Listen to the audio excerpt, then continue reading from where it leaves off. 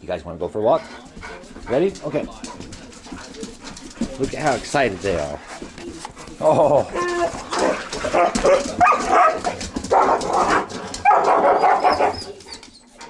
It's okay being a girl. All right.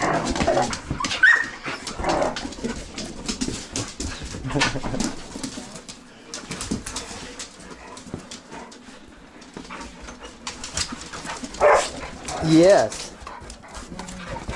Oh.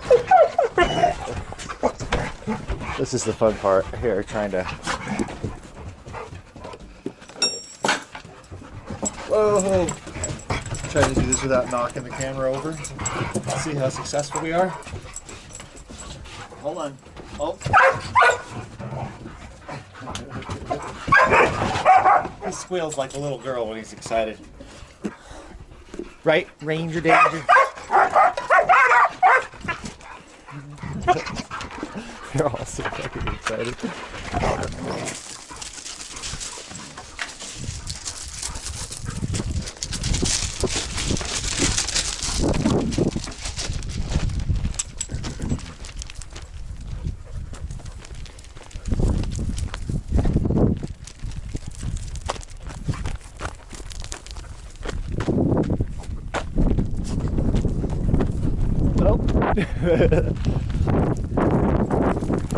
There he goes.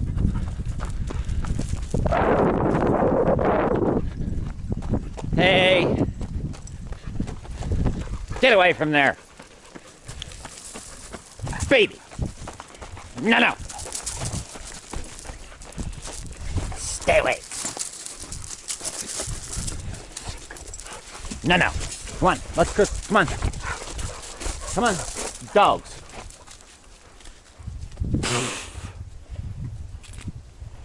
Oh my God, what did you guys find? Alright, no, no. Stay out of the trash.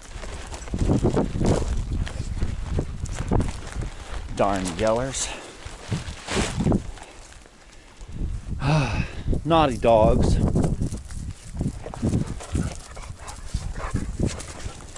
Okay, come on.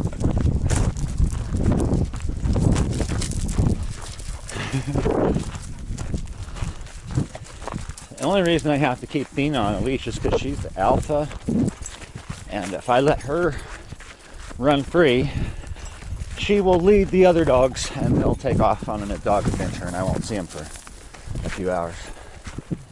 But as long as she's here, those other dogs will not leave, at least for long. They might go venture off to the neighbors, but this is how they play every morning.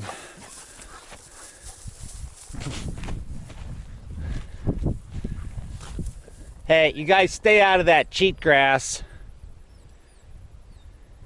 Baby. Where's your...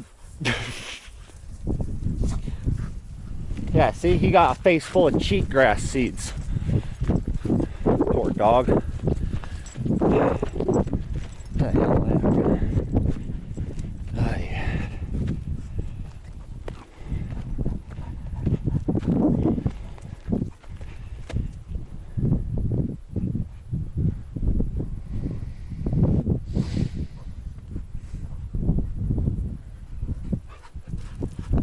What a pretty boy.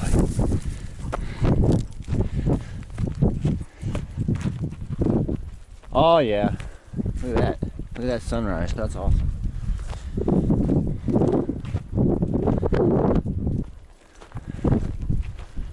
Yep. The weather usually sucks, but this is the rare part of the year, time of the year when it's nice. June. Oh, but there was a fire last night. That wind is brisk.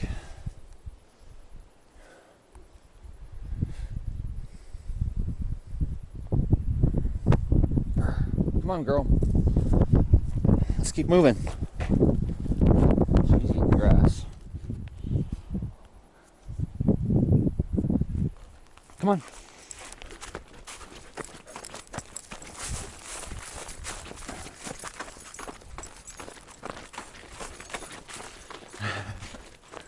Where did Spike go? Ranger is such an instigator. He fucks with everybody. But they always get him in the end. But he still fucks with him. He's such a fucking crazy dog. Look, he'll go back for more. There's his brother out having his solo adventure today.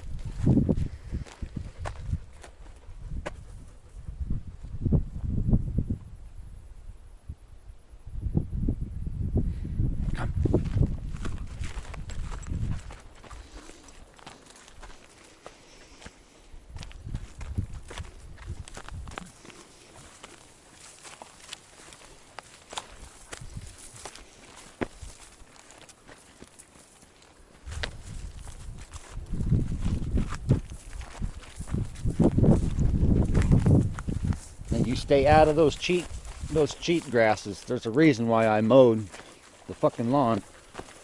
All right, let's get through here because this is a really tall part. I don't want the dogs to play in here. The cheat grass is nasty stuff, and I haven't had a chance to mow it and blow it and blow all the seed to the neighbor. It's too late to burn them. We already had some forest fires this year, so burn bans are in effect.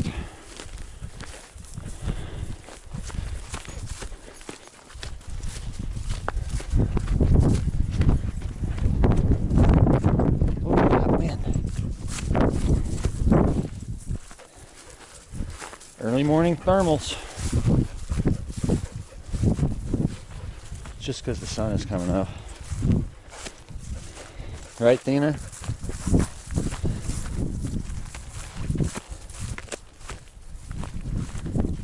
Oh yeah, bright.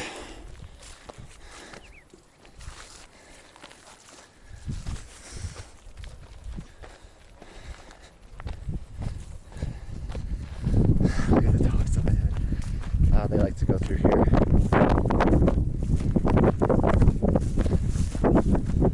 Where's he going? Hey!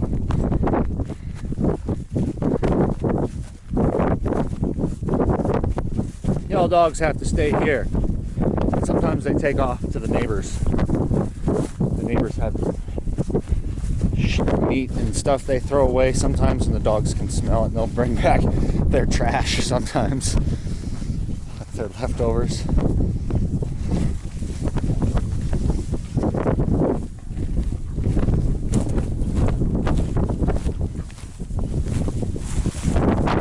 Whoa, I got tangled in the leash there for a second.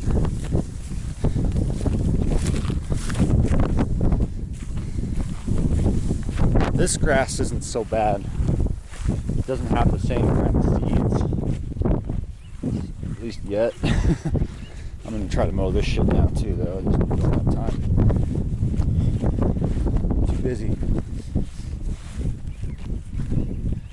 I guess I could do it right now, but I've got to finish my coffee, take a shower.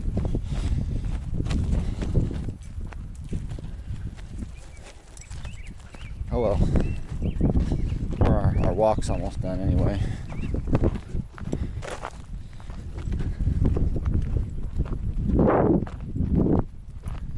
Oi. But at least the weather's nice, kind of, you know. The wind never really helps, but it's not bad. I don't bitch like I did last year about it so much. We can't go this way, girl. I don't want to go down there. To hell with that. Let's go over the gravel pile. She wanted me to walk into that pit. This pit right here. What do you smell, girl? Why do you want to go down into the pit?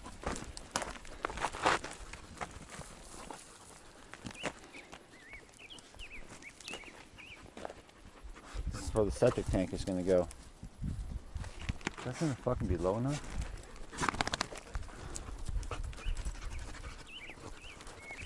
I have my doubts.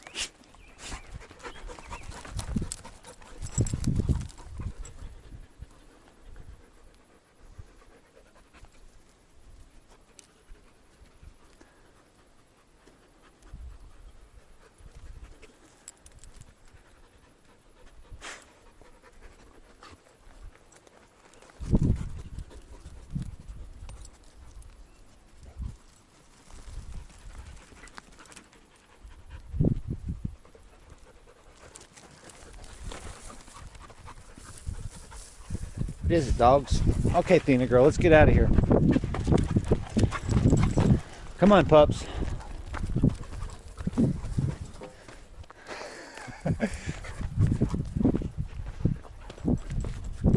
They're so silly.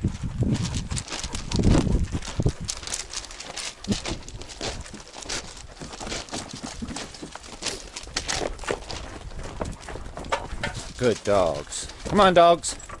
Puppies. Come on, Ranger and Spike. Ranger, Spike, come.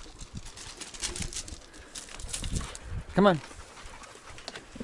Good dogs. All right, Tina girl. Happy dogs. Did you guys have a good time? Did you have a good time? Dogs had a good time. That's what we do every morning. That's pretty much the extent of my exercise, aside from the exercise I get in my work day. You know, pushing a lawnmower is pretty intense. I get a lot of walking in. So I think I'm actually covered on cardio. You know, because I don't just sit on my ass all day. Yeah. I'm tired a lot. And so, you know, one thing that I definitely need to address is caffeine addiction, sugar addiction. I drink like 12 cups of coffee a day, plus usually like an energy drink or something like that. And I still crash out. I feel like I'm bogging. So, gotta make some changes. I'm gonna start by cutting out the sugary bullshit.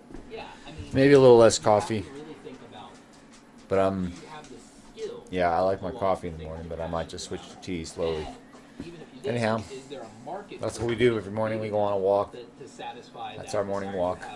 So, catch y'all later. Peace. Hey guys. Excuse me if I'm looking filthy and whatever, but I've been working all day in the dirt. Septic work.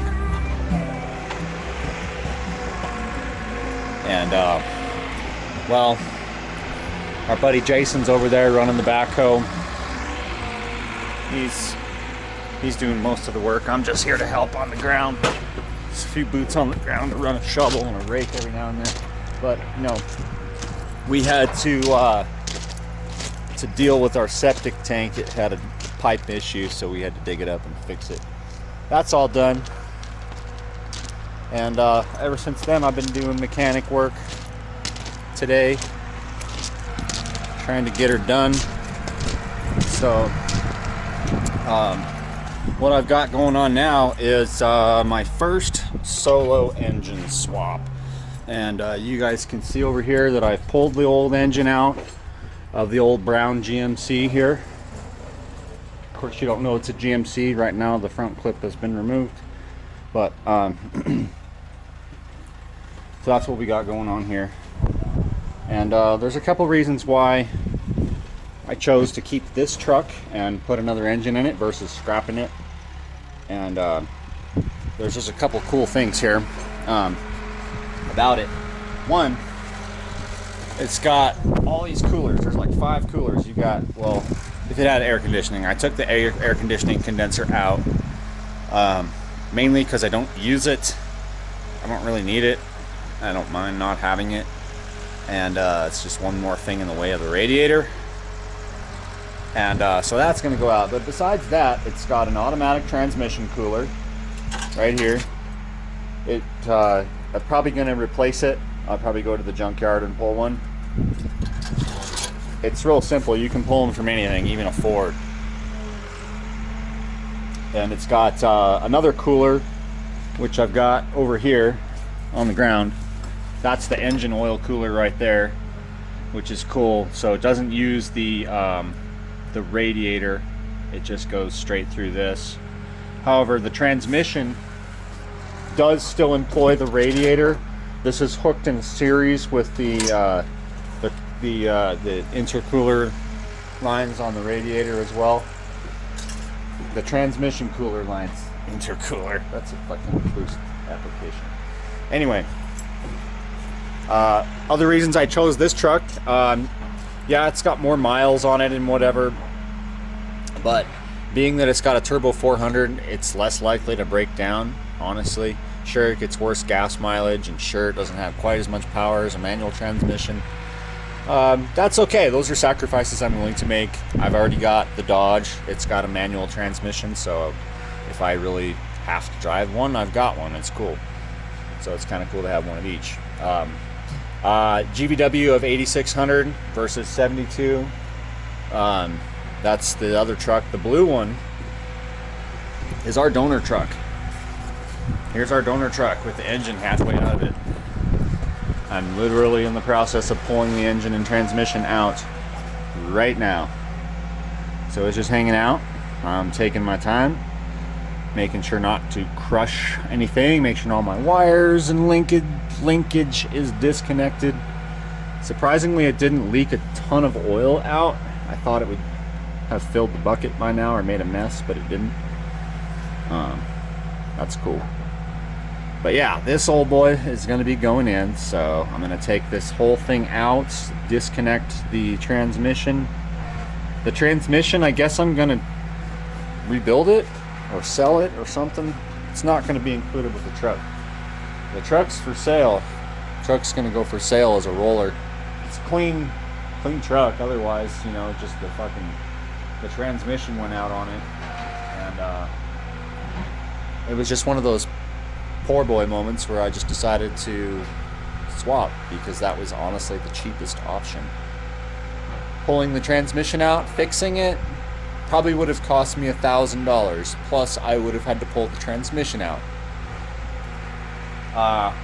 Same with the engine over here. I could have rebuilt this guy right here. I probably still will someday, but you know, I'll take my time so I can do it right. But you know, if I were to do that, it would cost me, even if I cheaped out, you know, $1,200, $1,500. It's very easy to spend money on an engine rebuild, especially if you're like me and you don't want to cut any corners or cheap out on stuff. It'd probably be at least $1,500. So that's why I opted to take this perfectly good 350. Literally not a damn thing wrong with it. Doesn't leak. It's only got 180,000 miles. Starts right up. It's in time. Like, there's literally nothing to worry about with this engine. So I thought that would be the cheapest and easiest because I don't have to fix anything. I can just literally take it out of this truck. Well, I got to make a couple modifications to the rear. I got to put the flex plate on it because this one is a manual transmission truck and that's an auto, so I've got to change that. But that's not a problem. So that's kind of where I'm at in the old car studio, truck studio. We've got some new faces here at the homestead. A couple people decided to move here, so now we've got some neighbors. I'm not alone anymore. And his name is Chris, and he's a mechanic too. He actually knows way more than I do. And perhaps we'll make a few videos with him, and he can show us like how to really do stuff, because I'm an amateur, you know. What do I know? I've only been doing this for 20 years. But not professionally, though. That's the difference. He did it professionally for a long time. I'm just getting into the profession. I've been working on cars for 20 years. My cars.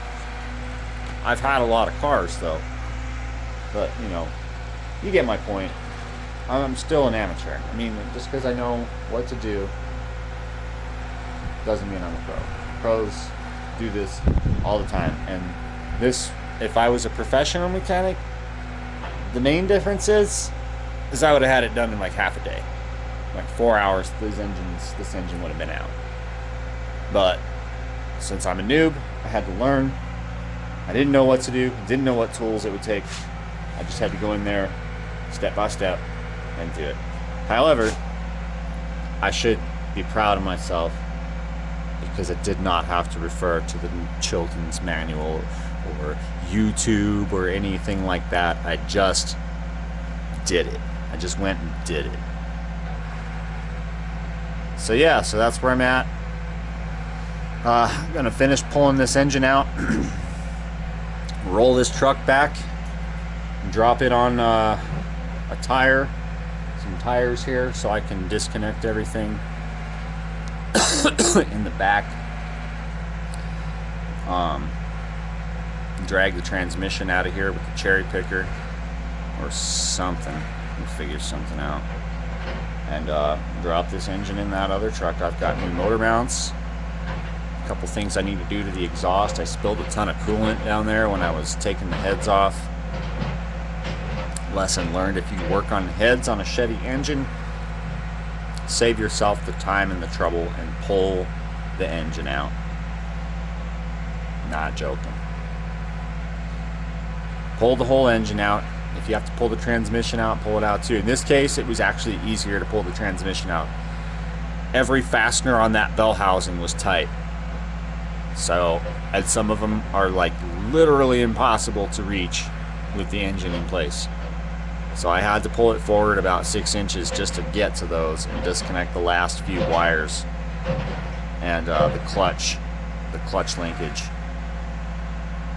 I couldn't believe how simple it was to do. The slave cylinder I thought was more to it, but it's super simple. Now I wish I would have bought that Chevy a few years ago. It was a manual transmission, and the only thing wrong with it is it needed a slave cylinder. I could have changed it in fucking an hour or less. Anyway, that's what's going on. I'm gonna get back to work, and I'll catch you all later.